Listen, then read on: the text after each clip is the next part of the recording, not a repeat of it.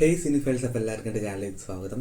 അപ്പോൾ ഞാൻ ലോക സിനിമ കാണുന്നുണ്ട്. ലോക ചാപ്റ്റർ 1 ചന്ദ്ര നല്ല അടിപൊളി സിനിമയാണ്. നമുക്ക് അങ്ങനെ ഒരു സിനിമാറ്റിക് യൂണിവേഴ്സ് ദുൽഖർ തന്നിരിക്കുകയാണ്.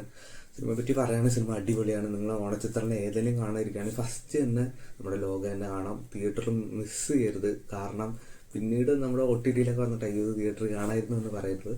പിന്നെ രചനാ സംവിധാനം നമ്മുടെ ഡൊമിനിക് അരുണാണ്. Hats off man. കാരണം പുള്ളിയുടെ ഇമാജിനേഷൻ നിങ്ങൾ ഉദ്ദേശിക്കുന്നതിന് വരെ ഞാൻ ഒട്ടും തന്നെ വിചാരിച്ചില്ല. സിനിമയുടെ ട്രെയിലറൊക്കെ കണ്ടപ്പോൾ ട്രെയിലർ എനിക്ക് അത്ര ഇമ്പ്രസീവ് ആയിരുന്നില്ല.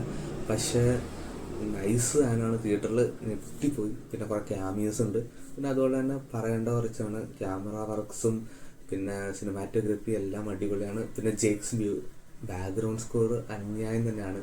കാരണം ജെയ്ക്സ് വ്യൂയോടെ നിങ്ങൾക്കറിയാലോ ഈ റീസെൻറ്റ് വർക്ക്സൊക്കെ നല്ല അടിപൊളിയാണ്.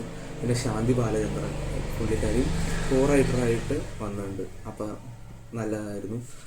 കാരണം സ്റ്റോറി ലൈൻ അത്യാവശ്യം ഞാൻ പറഞ്ഞില്ല, ഇമാജിനേഷൻ തന്നെ എത്ര ഉണ്ടെങ്കിൽ സ്റ്റോറി ലൈൻ അത്യാവശ്യം നല്ല കിടു സ്റ്റോറിയാണ്. പിന്നെ ഒരു ജൂനിയർ ആർട്ടിസ്റ്റ് ഒരു കൊച്ചിൻ്റെ പേരെനിക്ക് അറിയില്ല, ഞാൻ നോട്ട് ചെയ്യാൻ മറന്നത്. നിങ്ങൾ തിയേറ്ററിൽ കാണുകയാണെങ്കിൽ ജസ്റ്റ് നോട്ടീസ് ചെയ്ത് വെച്ചോ. മസ്റ്റ് കിഡു ആളാണ്.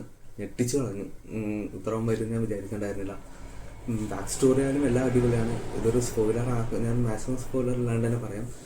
പിന്നെ കുറേ ക്യാമിയോസ് ഉണ്ട്. ആരുടെയും പേര് ഞാൻ പറയാനുള്ള. ഇനിയിപ്പോൾ ആരെങ്കിലും കാണാനുണ്ടെങ്കിൽ നിങ്ങളുടെ തിയേറ്ററിൽ പോയി തന്നെ വാച്ച് ചെയ്യാം.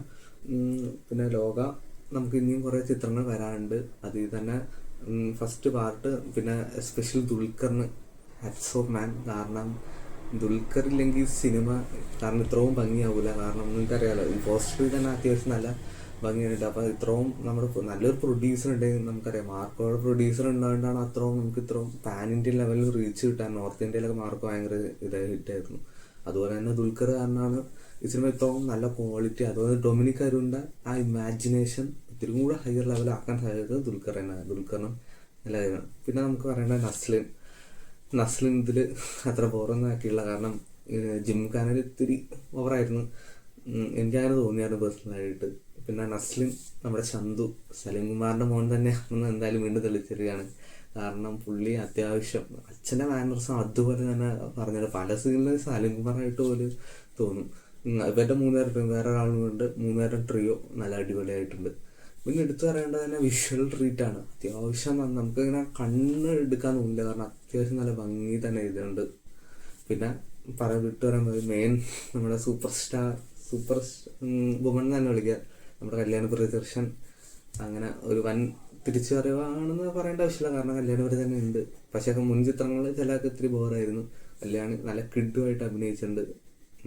പക്ഷേ ഇതിലെ കുറച്ച് പ്ലോട്ടൊക്കെ പറഞ്ഞത് പോലെ അറിഞ്ഞാൽ പറയാനുള്ള. അപ്പം ഇത്രയൊക്കെയാണ് എനിക്ക് മെയിനായിട്ട് പറയാനുള്ളൂ. ഞാൻ അത്യാവശ്യം എല്ലാ കാര്യങ്ങളും പറഞ്ഞിട്ടുണ്ടെന്ന് വിചാരിക്കുന്നു. അപ്പോൾ ഇതുപോലത്തെ സിനിമ വാർത്തകളും OTT വാർത്തകളും റിവ്യൂസൊക്കെ അറിയാൻ വേണ്ടി ചാനലിനൊന്ന് സബ്സ്ക്രൈബ് ചെയ്യുക, കൂടെ സപ്പോർട്ട് ചെയ്യുക. അപ്പം അടുത്ത റിവ്യൂ ആയിട്ട് കാണാം.